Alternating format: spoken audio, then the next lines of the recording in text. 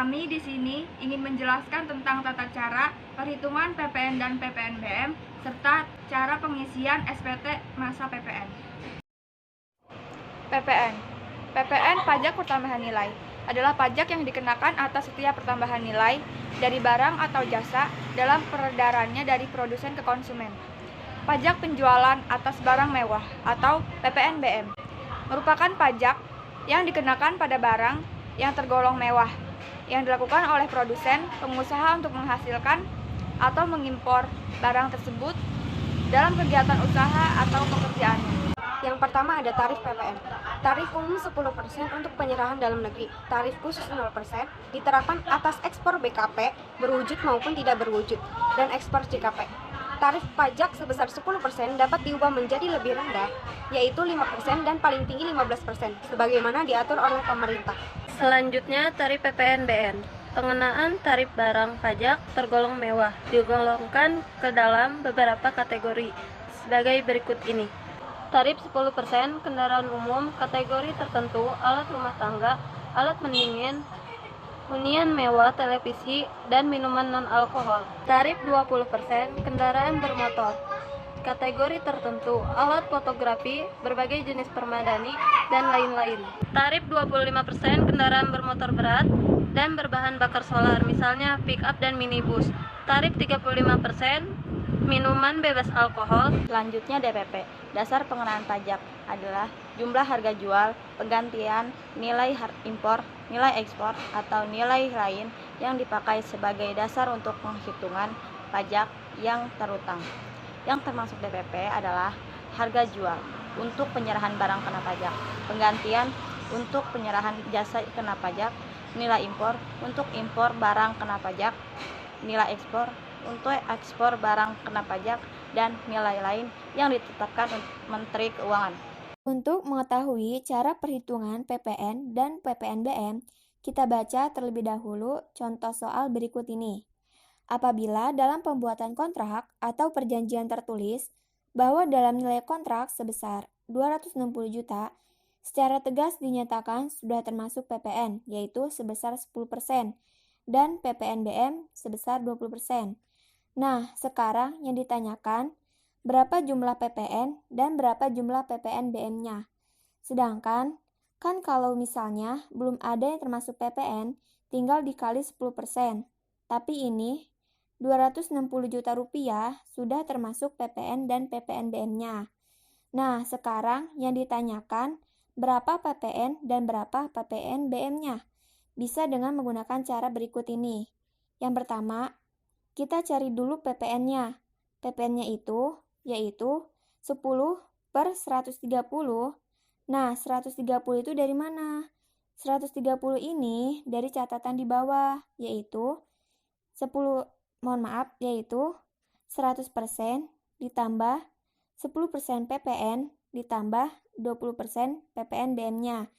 Jadi dijumlahkan semuanya 130. Jadi untuk PPN 10 itu dari 10%. 10 per 130 dikali tadi nilai kontraknya yaitu 260 juta rupiah. Jadi PPN-nya itu sebesar 20 juta ribu rupiah. Dan yang kedua mencari PPNBM, yaitu 20 per 130. Nah, 20-nya dari mana? 20-nya berasal dari tarif PPNBM-nya, yaitu 20%. 20 per 130 dikali 260 juta rupiah. Jadi, jumlahnya yaitu 40 juta ribu rupiah. Nah, jadi tarif PPN-nya sebesar 20 juta dan tarif PPNBM-nya yaitu 40 juta. Dua-duanya ini sudah termasuk nilai kontrak tersebut. Nah, begitu saja contoh perhitungan dalam menghitung PPN dan jumlah PPNBM-nya. Nah, selanjutnya kita akan menjelaskan tata cara pengisian SPT masa PPN. SPT masa PPN sendiri menggunakan formulir 1111. Ini kode untuk SPT masa PPN. Nah, SPT masa PPN itu terdiri dari sekitar 7 lembar, terbagi dari 4 bagian. Yang pertama adalah ini, induk SPT masa PPN, terus PT induknya, Kemudian bagian berikutnya yaitu rekapitulasi penyerahan dan perolehan. Nanti di sini merekap atau mengumpulkan semua kedaftar atau total penyerahan dan perolehan selama satu masa pajak itu. Nah, bagian berikutnya yaitu bagian formulir 1111A1. Kemudian selanjutnya juga ada 1111A2. Nah, untuk yang berkode depannya A, baik itu A1 ataupun A2, di situ fungsinya untuk mencatat daftar penyerahan barang. Nah, untuk A1 yaitu untuk ekspor. Jadi, untuk semua transaksi ekspor, semua transaksinya dicatat di sini. Semua dokumen dicatat di sini. Biasanya kan menggunakan faktur ya, tapi ingat, kalau untuk ekspor, dokumennya apa? Menggunakan dokumen tertentu yang kedudukannya dibersamakan dengan faktur pajak, yaitu dokumen PEB. Nanti kalau ada ekspor di sini, ditulis siapa nama pembelinya, kemudian nomor PEB-nya, tanggal PEB-nya, kemudian DPP-nya. Nah, di sini gak ada kolom PPN-nya. Kenapa? Ingat, untuk ekspor tarifnya 0%. Nah, selanjutnya formulir A2, daftar pajak keluaran atas penyerahan dalam negeri dengan faktur pajak. Nanti ditulisnya di sini nama pembeli BKP penerima, NPWP atau nomor paspor kode, dan nomor seri faktur pajak, dan tanggal faktur pajak. Nah, yang ini diisi DPP-nya berapa, PPN-nya berapa, kalau ada PPN BM-nya ditulis. Kemudian, kalau ada retur yang diisi adalah kode dan nomor seri, serta tanggal faktur pajak. Kalau penyerahannya menggunakan dokumen tertentu, maka yang diisi nomor dokumennya tertentu. Nah, di sini ada kode dan nomor seri faktur pajak yang diganti atau diretur. Kalau di sini ada retur, di sini diisi. Nah, di sini diisi nomor faktur pajaknya. Kemudian bagian formulir B1. Kalau formulir A1 dan A2 digunakan untuk mencatat transaksi penyerahan BKP atau JKP, nah kalau formulir B1 dan B2 digunakan untuk mencatat perolehan BKP atau JKP. Nah, B1 itu digunakan untuk mencatat PPN atas impor. Nah, yang di sini diisi keterangan nama penjualnya siapa di dokumennya tertentu. Kalau untuk impor, nomor dokumennya yaitu FIB SSP. Nah, di sini diisi nomor FIB-nya dan tanggal FIB-nya. Kemudian DPP-nya berapa, PPN-nya berapa, kalau ada PPN BM-nya diisi dengan PPN BM. Sedangkan formulir B2 itu dicatat untuk yang dapat dikreditkan atas perolehan BKP atau JKP dalam negeri.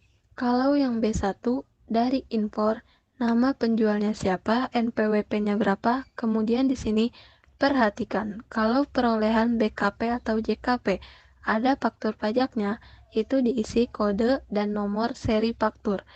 Pajaknya kalau menggunakan dokumen tertentu, yang diisi adalah keterangan di dalam dokumen tertentu. Kalau ada nota retur, nota pembatalan diisi nomor atau nota retur pembatalan. Di sini diisinya nilainya minus, kemudian diisi DPP-nya dan PPN-BN.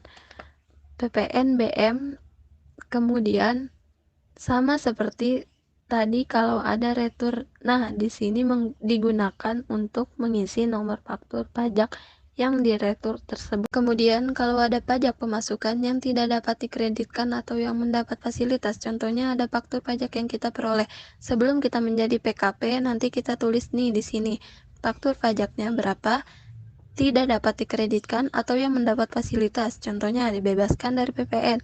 Di sini ditulis nama penjual BKP, NPWP, dan seterusnya. Ini diisi di B3 dan itu secara umum dibagi menjadi 4 bagian. Yang pertama, induk SPT masa PPN, kemudian formulir AB 1111. AB itu untuk merekap semua daftar penyerahan dan perolehan. Kemudian lampiran A, yaitu untuk mencatat penyerahan BKP atau JKP. A1 untuk ekspor, A2 untuk penyerahan yang menggunakan faktur pajak di dalam negeri. Kalau kemudian untuk formulir B itu untuk mencatat daftar perolehan BKP atau JKP. B1 itu perolehan dari impor, sedangkan kalau B2 itu perolehan dalam negeri. Sedangkan kalau B3 yaitu untuk pajak masukan yang tidak dapat dikreditkan yang mendapat fasilitas. Sekarang kita lihat induknya. Kita bahas satu-satu ya. Nah, di SPT masa PPN, bagian pertama berisi identitas perusahaan kena pajak, ada nama PKP-nya, kemudian alamatnya, nomor telepon, NPWP. Nah, ini masa pajaknya. Oke, kalau masa pajaknya kalian mau lapor bulan April, maka di sini diisi 04, di sini juga diisi dengan 04 2020. Kemudian ini diisi KLU. Kemudian kalau ada pembetulan di sini diisi apa pembetulan ke 1, 2, 3 dan seterusnya. Nah, kemudian di sini ada keterangan penyerahan barang dan jasa.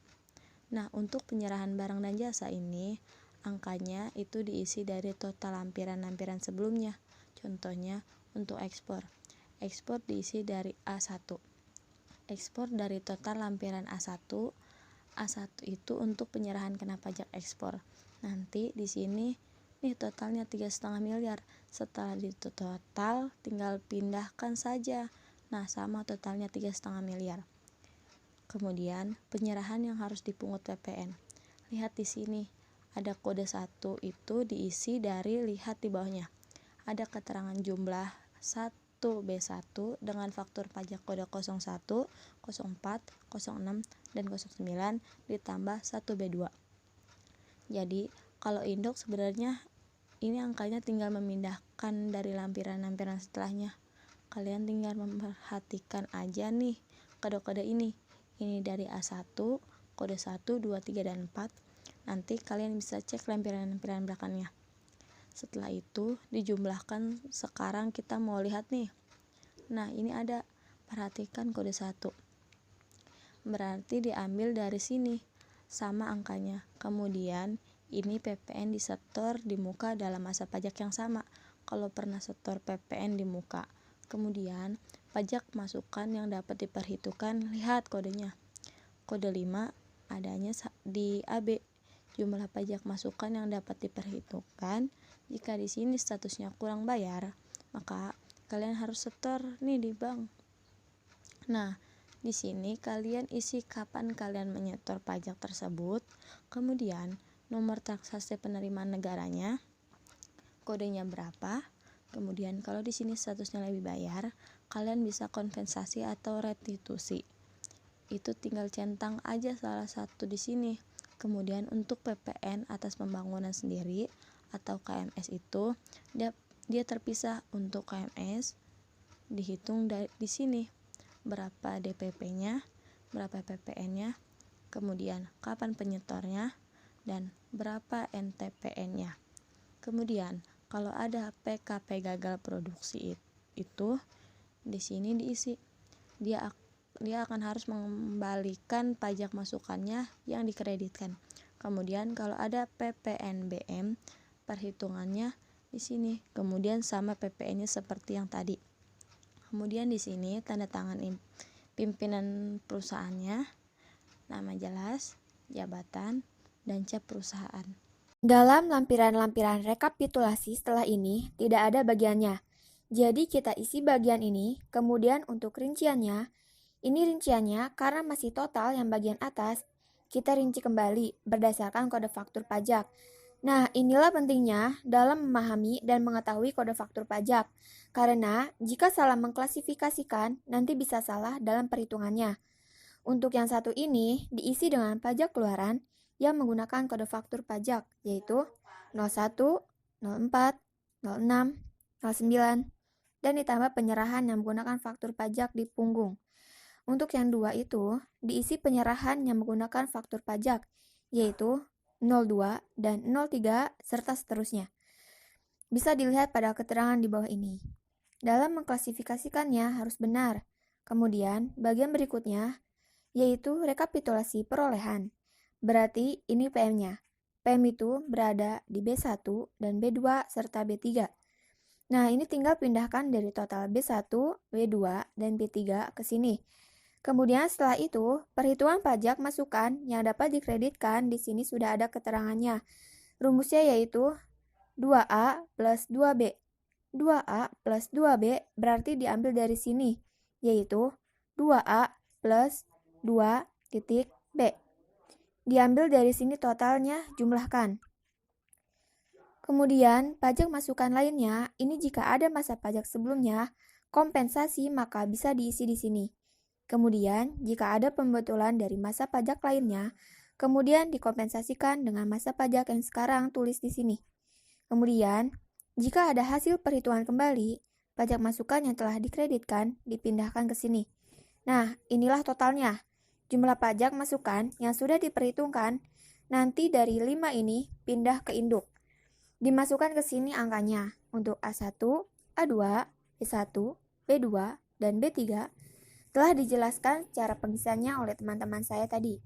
Jadi intinya, untuk membuat SPT masa PPN, yang pertama diisi itu sebenarnya lampirannya, yaitu A1, A2, B1, dan B2. Jika pengisiannya sudah benar di sini, maka ke atasnya akan benar semua. Sekian penjelasan dari kami. Wassalamualaikum warahmatullahi wabarakatuh.